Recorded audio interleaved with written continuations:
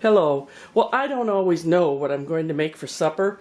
I fully planned on making tacos or nachos tonight, but all of a sudden I thought we haven't had pastitsio in a long time. Now, this is not probably an authentic version. It's the version I've been using for 4 decades. I imagine there's many ways to make pastitsio, but this is Vonnie's way. So what we have here, and it takes a bit of fiddling. This is not the easy peasy throw it in a dish one that I usually do. What I have here is I have a pound of burger. This happens to be venison burger. I have a cup of chopped onion, 16 ounces of canned tomatoes with the juice. These are Sally's. She canned them herself. I have 6 ounces of tomato paste, 2 cups of elbow mac. I have 4 egg whites and 4 egg yolks, a half a cup of butter, 1/2 cup of American cheese. Okay, I didn't know I was going to do this, so I had 4 slices of Velveeta. There you go. 1/2 cup of flour, 1/4 teaspoon cinnamon, and 1 teaspoon of salt, with 4 cups of milk.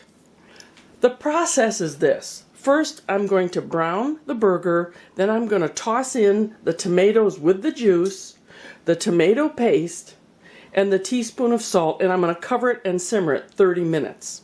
Then I'm going to cook the macaroni, take it off, drain it, and put the...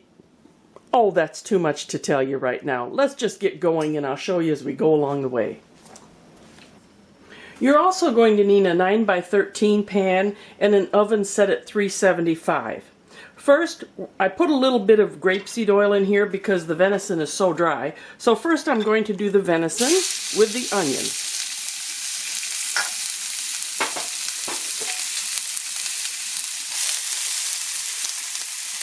I need a different implement. I don't think I'll use my spatula in here.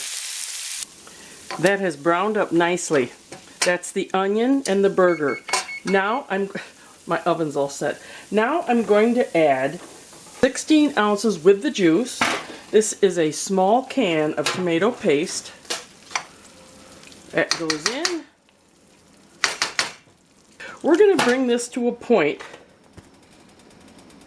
where it comes to a bit of a boil, and then I'm going to turn it down, cover it, and let it simmer 30 minutes. Now, while we're watching a pot to make it boil, I'll show you. Most of my recipes I've laminated. I typed them up and I laminated. Why did I laminate them? I just got a bunch of tomato sauce on the meatball recipe, so I can just wipe it off. Let's let this come to a boil. Okay, here we are. That's plenty fat. Oops. I'm what's known as a messer, if you can tell by my recipe card. I'm going to turn this down a little bit. I just want it to simmer, and I'm going to put my lid on. And this is 30 minutes. You might want to stir it every once in a while. There. Lower that a bit. Now I have my saucepan here all set to cook the macaroni, but with this dish I make everything in a row. Sometimes you can make it ahead and just leave it sit and add it, but I'm going to make everything in a row, so that means the next step I will do the macaroni. The next step I will make the bechamel sauce. Let's do it not all at once, but all in a row. We're still simmering the meat. My meat mixture has been going for half an hour, simmering covered. So I've turned the burner off, and I'm going to start cooking my macaroni.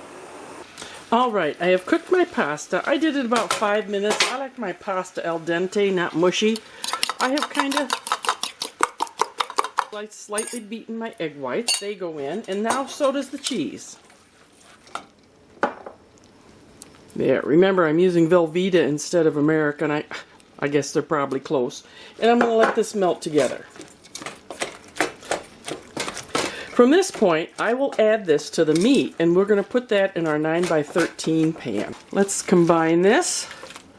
Now don't throw that saucepan away, you're going to use it. You have one more thing to do. This will be on the bottom, and your bechamel sauce will go on top. So that means, oops, I'm going to put this in my 9x13 pan. This part, the bottom, the base, is done. There. Now let's go to our bechamel sauce, or white sauce. There. Okay, we're back to the burner. I've got it on lower, and I'm going to add my 1/2 cup of butter. Let that melt. I'm going to change instruments now to my whisk. I'm going to add the flour, the salt, and the cinnamon. Oh, whoops. Didn't I tell you I was a spiller? Somebody told me one time they wanted to see all the oops. Well, there you got one. Now, continuing back to this, I'm going to let this simmer just about a minute to kind of cook off some of that flour taste. I'll even set my timer. Just a little bit. It takes away that flour taste. Then we're going to add that milk all at once. Not gradually, all at once. That's 4 cups. Stir it kind of often. You don't want it to burn. So you don't need to bring this to a boil. You just want it thickened. See that? I'm going to take it off the heat. Now the next thing you do, yeah, that's nice. You don't want it sticking to the bottom, is I'm going to put a little bit of this into my egg yolks.